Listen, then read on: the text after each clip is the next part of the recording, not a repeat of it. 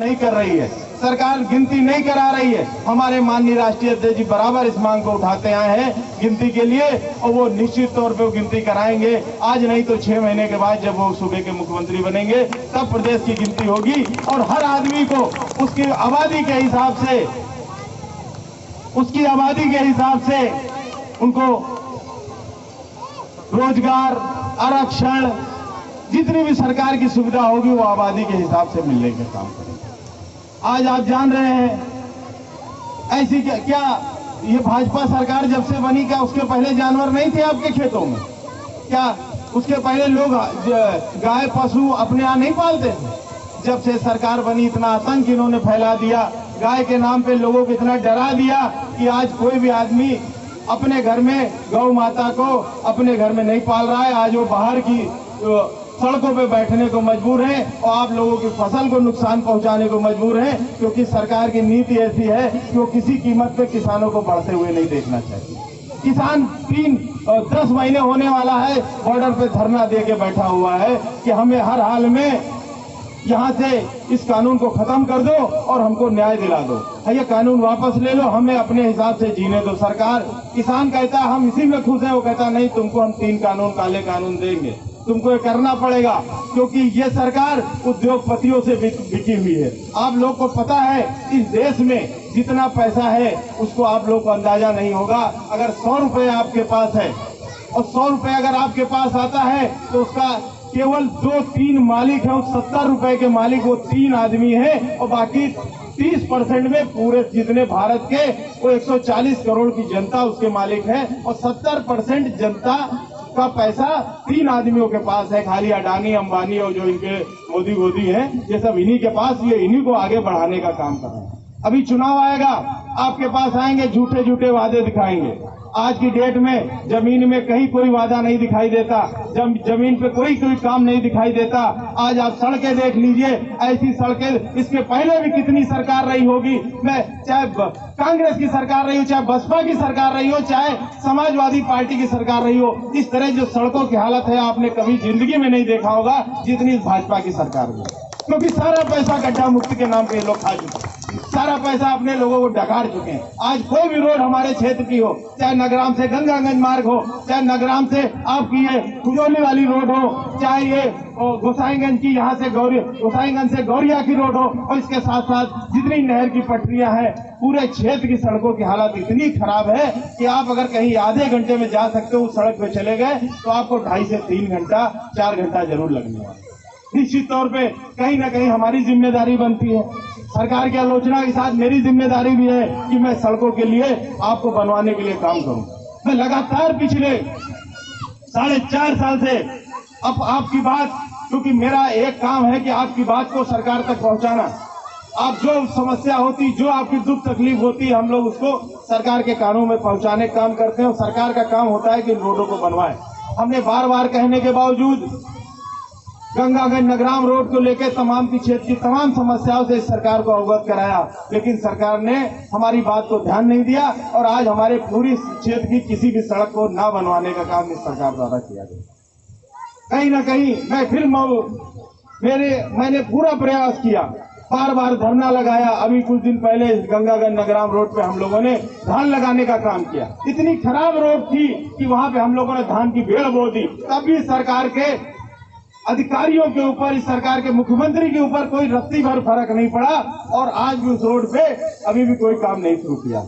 निश्चित तौर पे अगर इन लोगों ने इसी महीने का अक्टूबर में काम नहीं शुरू किया तो हम लोग एक बड़ा आंदोलन करेंगे इन सब रोडों को लेके, और फिर लोग धरना देने का काम करेंगे।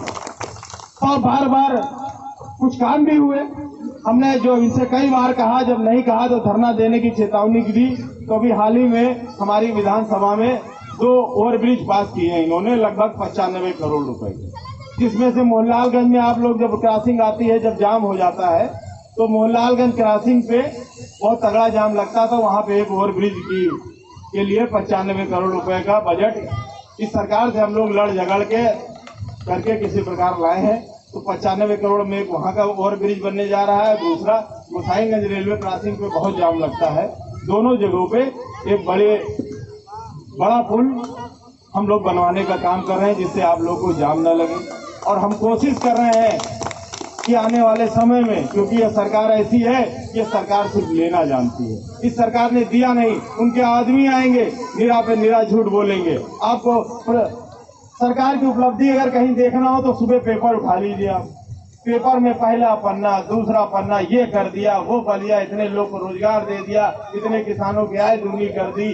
पता नहीं कितना, कहीं लंदन की तस्वीर, कहीं कहाँ की तस्वीर लगा देते हैं कि मैंने बनवा दिया। पेपरों में इस तरह का झूठा काम करने का काम ये लोग कर रहे हैं, क्योंकि 5 साल बीतने को है, इनसे एक भी विकास कार्य को बताने की स्थिति में नहीं है कि लखनऊ या पूरे प्रदेश में इस समय पूरा आवाम बहुत बुरी तरीके से इस सरकार से नाराज है और हर हाल में इनको हटाने के लिए पूरा प्रदेश लगा हुआ, क्योंकि ये अगर रह गए तो आने वाले समय में न किसानों की फसल बचेगी, न दलित ओबीसी का बच्चे पढ़ाई कर पाएंगे, क्योंकि इनका एक एजेंडा है पुराना कि मनुस्मृति के हिसाब से ये देश को चलाना चाहते हैं, नया संविधान बनाना चाहते हैं, बाबा साहब के संविधान जिसमें हर धर्म, हर दलित, हर ओबीसी के लिए एक सुरक्षा व्यवस्था कवच से उसको खत्म करने का काम कर रहे हैं। और ये लोग पुरानी व्यवस्था के आधार पर लोगों को बांटने के काम कर रहे हैं। आज अगर कहीं कोई बात होती है तो बस ये जब हर चीज में फेल हो जाते हैं तो ये लोग बताते हैं कि अब हिंदू खतरे में आ गया है, तालिबान में हमला हो गया है, पाकिस्तान में टमाटर इतने रुपए किलो बिकने लगा है। तो इस तरह की बातें सरकार करती है, कभी आप लोग की जीविका के विषय में नहीं बात करती, कभी नहीं कहती कि मैं आपकी साड़ों से मुक्ति दिलाऊंगी, कभी सरकार ये नहीं कहती कि आपको किसानों का फसल का उचित मूल्य दिलाऊंगा। अभी पिछले बार की बात है, किसानों का धान जब 6 महीने मेहनत करने के बाद जब तैयार हुआ तो 8 रुपए 9 रुपए किलो तक उनका धान, इस सरकार ने कौड़ियों के दाम में उस धान को अपने लोग लगा खरीदवाती, फिर उनसे महंगा खरीदती। तो यह सरकार किसी की हित ऐसी नहीं है। अब मैं इसके पहले की सरकार की बात करता हूं, तो इसके पहले की सरकार जब थी तो हमारे नेता इतने बढ़िया थे, इतनी अच्छी सोच वाले थे कि उन्होंने देखा कि क्राइम बढ़ रहा है तो उन्होंने 100 नंबर चलाने का काम किया। आप ये जो 100 नंबर, आज उन्हीं के समय जब एक बार आप 100 नंबर डायल करते थे तो इतनी गाड़ियां पूरे प्रदेश में उन्होंने दे दी थी, इतनी मोटरसाइकिलें पुलिस वालों को दे दी थी कि अगर 5 मिनट में कोई घटना होती तो 5 मिनट में पुलिस आपके पास पहुंच जाती। लेकिन आज स्थिति दूसरी हो गई, आज उसका नंबर भी बदल दिया गया, आज उसको 100 नंबर से 112 नंबर करने का काम इस सरकार ने किया। लेकिन उस सरकार को ये 100 नंबर गाड़ियों को डीजल भी दे नहीं पा रही, जिससे आज तक देख रहे होंगे व्यवस्था चरमरा चुकी है। हमारी गर्भवती महिलाओं के लिए सरकार ने एम्बुलेंस चलाने का काम किया, हॉस्पिटल बनाने का काम किया, शिक्षा के लिए लैपटॉप देने का काम किया, और जो बेटियां हमारी बड़ी होती थी उनको कन्या विद्या धन देने का काम किया। और इसके साथ साथ जो गरीब महिलाएं बैठी थी उस समय हम लोग सबको माननीय राष्ट्रीय अध्यक्ष जी 500 रुपए समाजवादी पेंशन दे रहे। आज माननीय राष्ट्रीय अध्यक्ष जी ने घोषणा कर दी है कि जिस दिन 6 महीने बाद आप सभी लोग के आशीर्वाद से जब समाजवादी पार्टी की सरकार बनेगी तो हमारी महिलाओं को 1500 रुपए महीना, यानी कि 3 महीने में आप हमारी महिलाओं को, माता बहनों को 4500 रुपया पेंशन आपके खाते में आएगी। वो माननीय अखिलेश यादव जी साल में 18,000 रुपए देने का अगर कोई काम करने जा रहा है तो माननीय हमारे अखिलेश यादव जी, आप इसका प्रचार करिए। ऐसी सरकार को जो आपको 500 मिलते थे वो भी बंद करने का काम किया तो इस सरकार ने किया। माननीय अखिलेश यादव जी ने तय किया है कि इस समय बिजली का जो बहुत महंगा बिल आता है, इतना महंगा बिल आता है, माननीय राष्ट्रीय अध्यक्ष जी ने तय किया है कि 300 यूनिट बिजली मतलब 7 रुपए एक यूनिट, तो एक 300 यूनिट बत्ती की कीमत हुई जाके 2100 रुपया। 2100 रुपए की बिजली की कीमत आप लोगों को फ्री देने का काम करने जा रहे हैं, क्योंकि माननीय अखिलेश यादव जी का हमारे व्यक्तित्व, उनका नेचर हर गरीब के विषय में सोचता है, हर किसान के विषय में सोचता है। पहले नेताजी भी सोचते थे, आज माननीय अखिलेश यादव जी रात दिन ये सोचते हैं किस प्रकार हमारे गरीबों का उत्थान हो, किस प्रकार उनको न्याय मिले, किस प्रकार महिलाओं का उत्थान हो। तो ये सारा काम अगर कोई सोचता है तो माननीय अखिलेश यादव जी ये आए थे, ये लोग कह के आए थे कि भ्रष्टाचार नहीं होगा।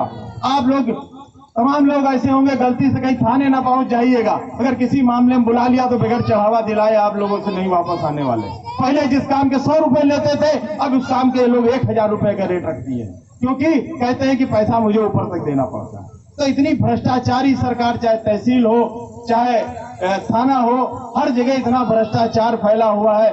आम जन पूरी तरीके से दुखी है, लोगों के रोजगार खत्म हो गए, शिक्षा खत्म हो गई। अगर इन सब चीजों से आपको निजात पानी है तो 2022 में माननीय अखिलेश यादव जी को सूबे का मुख्यमंत्री बनाएंगे। मैं वादा करते हैं माननीय मेरे राष्ट्रीय अध्यक्ष जी कि हर समाज का सम्मान होगा, हर वर्ग का सम्मान होगा। गरीबों को उनके हिसाब से सम्मान मिलेगा, उनको महीना पेंशन मिलेगी, बिजली फ्री मिलेगी और लोगों को रोजगार देने का कोई काम करेगा तो माननीय अखिलेश यादव जी ही करेंगे। तो मैं आप लोगों से कहता हूं कि अभी ये चुनाव आ रहा है, अभी तमाम तरीके के रंगरूट बन के आएंगे, बीजेपी का झंडा लेके आएंगे, बताएंगे हमने ये किया, उनसे पूछ लेना। अभी मैं उस दिन ब्लॉक का मैं बताऊं, मैं वहां पे गया तो इन्होंने हजारों महिलाओं को बुला लिया, पता लगाया, किसी से मैं जाता नहीं, तो वहां 10 सिलेंडर रखे थे, 10 लोगों को सिलेंडर दिया, बाकी लोग कहा कि आप लोग वोट दोगे तो आप लोग को भी हम सिलेंडर देंगे। तो ये लोग वहां खाली झूठे आश्वासन देने, जमीन पे काम करने के लिए इनके पास कुछ नहीं बचा है। लोग पूरे प्रदेश में सरकार से नाराज हैं और 2022 में सरकार को उखाड़ फेंक के और समाजवादी पार्टी की सरकार बनाना लोग तय कर चुके हैं।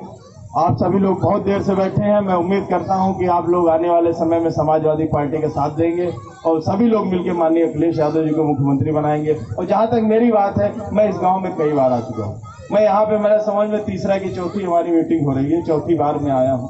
मेरे द्वारा जो कोशिश होता है कि अपने लोगों का मैं काम करूँ, जो आपकी समस्या होती है उसका निस्तारण करने का प्रयास करता हूँ। काम के अंदर बैठे हमारे पास जाते रहते हैं, तमाम लोग यहाँ से हमारे जाते हैं, हमारे सम्मानित प्रधान जी भी बराबर लगे रहते हैं, आते रहते हैं। तो मैं आप लोगों से भी अनुरोध करता हूँ कि आप लोगों को कोई दुख तकलीफ हो तो आप लोग हमको बताया जरूर करें, कम से कम हमको पता रहेगा तो हम लोग उस मामलों को, जो समस्या होगी उसको जल्द से जल्द हम लोग निस्तारण करने का प्रयास करेंगे। हमारा नंबर ज्यादातर तो गांव में वॉल पेंटिंग भी करा दी, ज्यादातर जगहों पे लिख गया है। तो और मैं आप सभी खास तौर पे अपने आज यहाँ पे जो लोधी समाज के लोग बड़ी संख्या में एकत्रित हैं, मैं सभी का बहुत बहुत आभार और धन्यवाद देख रहा हूँ कि मेरी पूरी विधानसभा के साथ साथ पूरे प्रदेश में आज लोधी समाज बड़ी संख्या में समाजवादी पार्टी के साथ खड़ा हुआ है। मैं इनका बहुत बहुत आभार और बहुत बहुत धन्यवाद देता हूं। मैं सब जानता हूं कि आने वाले समय में इस समाज का भी उतना ही उत्थान होगा जितना हमारे माननीय राष्ट्रीय अध्यक्ष जी की सोच में हर समाज को बराबर उत्थान देने का काम करने वाले हैं। बहुत बहुत आभार, बहुत बहुत धन्यवाद। माननीय राष्ट्रीय अध्यक्ष अखिलेश यादव जिंदाबाद, नेताजी मुलायम सिंह यादव जिंदाबाद, समाजवादी पार्टी जिंदाबाद।